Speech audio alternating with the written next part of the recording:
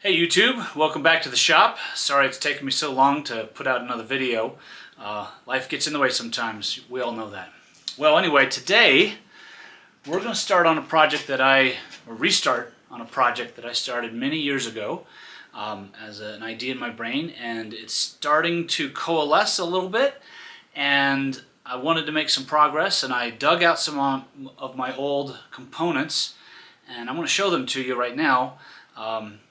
But ultimately, what we're going to be doing is making a better cocktail shaker. Maybe not better, but cooler. The first thing I'm going to show you is this beautiful piece here. I'll explain exactly what it does later, but at the moment, you can just kind of marvel at all the fun gears. I made all these on the mill, and all little custom pieces. It does turn nice and smoothly, and this will be kind of the main piece. Okay, this piece I basically stole from the 507 Mechanical Movements, and it's a beautiful little piece. This is going to help me keep time, and yeah, I think it's obviously this is more for aesthetics than function, but function is a part of it. This is another component that I made. Finally going to actually give it a full test. But this thing is a quite a beautiful little clutch mechanism that uses an over-center thing on this knob, and so it locks this gear to that wood, and then when I spin it, it goes free. So anyway, we're going to play with this too. I'm going to put them all together. But the first thing we need to do is to make a frame. First thing we're going to be doing is we're going to be welding together this frame out of this 3" by 3" tube steel that was left over from another project. So yeah, we're going to weld up a frame so we have something to attach other stuff to. And no time like the present.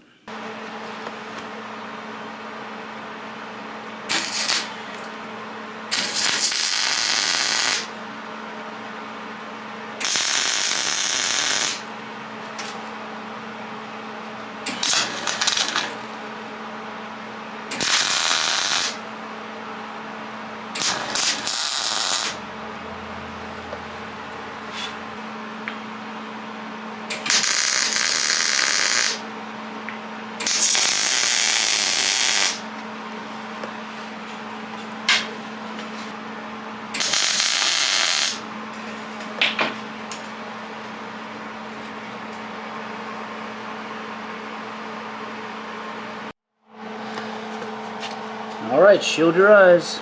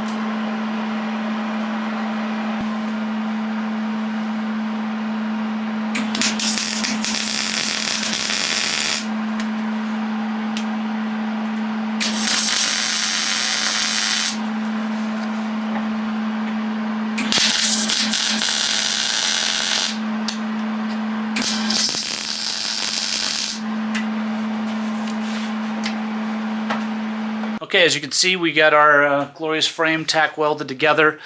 We still need to finish off the welds. You'll notice this mistake up here in the top right corner. I'll turn that around so it's not facing anything, but that was just I messed up on my miters and I was 90 degrees off when I cut that tube. It's not worth replacing this, heavy stock just to fix that little mistake. So anyway, we're going to start next to, I'm going to finish welding it up, make it nice and sturdy. We're going to start laying out our components and start figuring out how we're going to attach our pillow block bearings and our mounts. I have some fun solutions for how I'm going to try to hold things in the air in this frame, and we're going to be trying things out. And the goal of this is to just prove the concept, make something move, make something pretty, and if we want to pursue it further, we can make it a final piece later. But right now, we're just playing around. All right. All right, I hope you can see this. It's a little bit jumbled up, but it's what I'm doing here is I'm kind of placing out some of the items that I talked about earlier and their locations in this square. Because what I want to do is start mounting things. Like, for example, I've got this nice shaft here. That shaft is going to be what this mechanism rides on. This was just a dummy shaft for testing. But I can now transfer this whole mechanism over to this shaft. And then if you come over here, you can see, you know, it'll overhang the table. The whole thing will be turned upright, of course.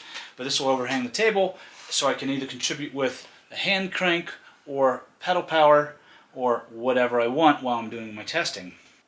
Okay, now once I get the crank installed here and I can actually start putting some power into this frame, I can start placing some of the other items. Like I've got this spur gear here and a bevel gear here, so I can turn things 90 degrees.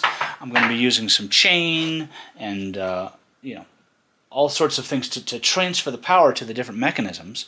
But what I'm trying to do right now is figure out where the mechanisms are going to live inside of this frame, so I can then weld the supports in to hold them firmly where they need to be. What I'm learning here from this dry run is that this space gets occupied very quickly from moving stuff. In my mind, I didn't imagine that these things would look busy enough and take up enough space, but just putting a few of these items out here, I'm realizing, like, wow, this whole space kind of went very quickly, which is both good and bad.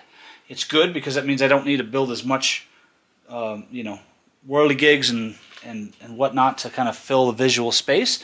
But the negative part is I have to be very careful about how I lay it all out, because I don't want things to collide. I don't want, you know, I need to make room for things. I need to, each mechanism has to have its own presence, so to speak. So that's what I'm working on now, is kind of laying things out. I'm going to start with things I know, and then like, for example, this shaft here, I know it's going to go near the bottom, and I know it's going to go across right there, and I can then drill and tap my frame, mount my pillow block bearings, and then